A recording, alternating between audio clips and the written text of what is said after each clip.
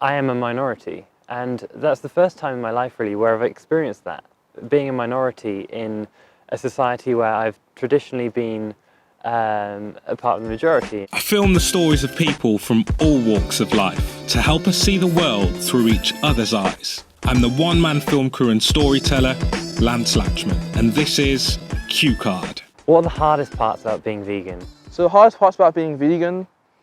The hardest parts about being vegan? I would say the hardest part about being vegan is going to the supermarket and looking at the back of labels sometimes and seeing like 1% milk powder. It's like off a cup, like honestly, like, you know. Living in a non-vegan world. Probably the hardest part is that not everybody you like is vegan. I think people just not understanding. To deal with my family, because my family is not vegan. People start wanting to treat you differently, not the same as before you were vegan. Seeing the way people talk about vegans and laugh about the issue, I find it frustrating because I don't think anyone honestly thinks it's funny to kill animals or to make animals suffer, but people do think it's funny to laugh at vegans, which I find strange. Most people agree that harming animals is wrong. We don't just say, I love animals, but I'm going to kill them as well, take their lives from them, take their babies away from them, own them as property.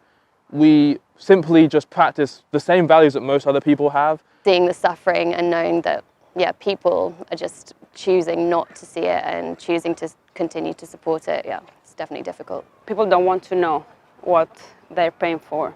Someone once told me that if your value set doesn't align with your friends, eventually you'll no longer be friends. They should think like you. They shouldn't have that perception about the world in which you don't want to hurt anyone, in which you want to help as many animals as possible. And they don't have that. It's difficult just to maintain the friendship and the relationship. If your ethics are so different to someone else, it's hard to kind of connect on a certain level. I had to learn the hard way that they're not gonna suddenly go vegan for all the reasons that I did. The majority of society, now with this different lens that I view the world with, actually does a lot of things on a daily basis that I'm fundamentally feel very uncomfortable with. People see things differently when they aren't vegan. So to me, when I see a piece of meat, I see an animal who was killed. They didn't want to die, they were forced to die so someone can enjoy their like some sandwich.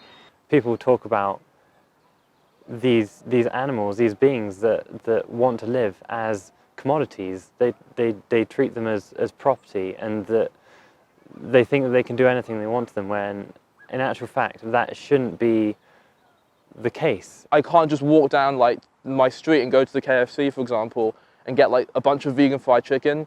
That would be cool, and I'm sure it'll probably end up coming sometime soon, but the positive is that, you know, it's probably not good for my health to be going there too often. I was going there way too much before, so now it kind of forces me to ration how much like junk food I'm having. If I were to go out to dinner with like family or friends, like I would sort of be that weird one, you know? Everyone else has these elaborate boxes full of like rice and salads and meat, and they all look really fantastic, and then I have this one small plate of food which I think unfairly represents what vegan food can be. So I think in the workplace, obviously you don't want to have arguments and heated discussions with people, or you don't want to offend people. So yeah, I do find it quite difficult to work in a place where the majority of people are still paying for what is like animal abuse, especially for an animal welfare organisation. You would think people would be more sensitive to the issue, but I found, yeah, a lot of them are not. I went to visit my grandparents and my granddad had a lamb dish, and I'm like,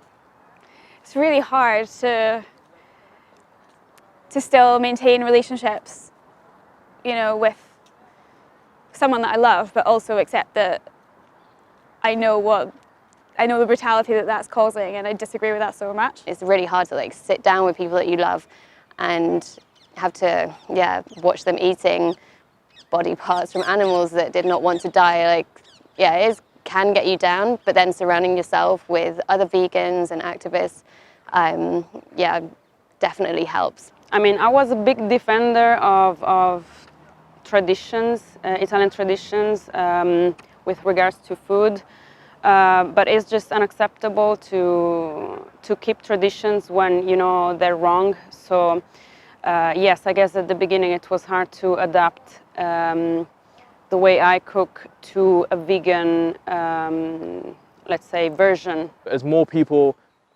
start going vegan, the demand, like this industry becomes more lucrative, more suppliers enter, and then, you know, economies of scale come into play, and so the unit cost and the price will come down for many of these other alternatives like vegan pizza and what have you.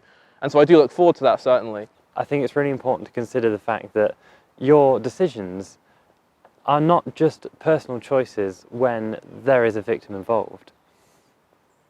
And so I wish that people could realise that, you know, vegans are very much just the same as you, and there's really not a great difference between all of us at all.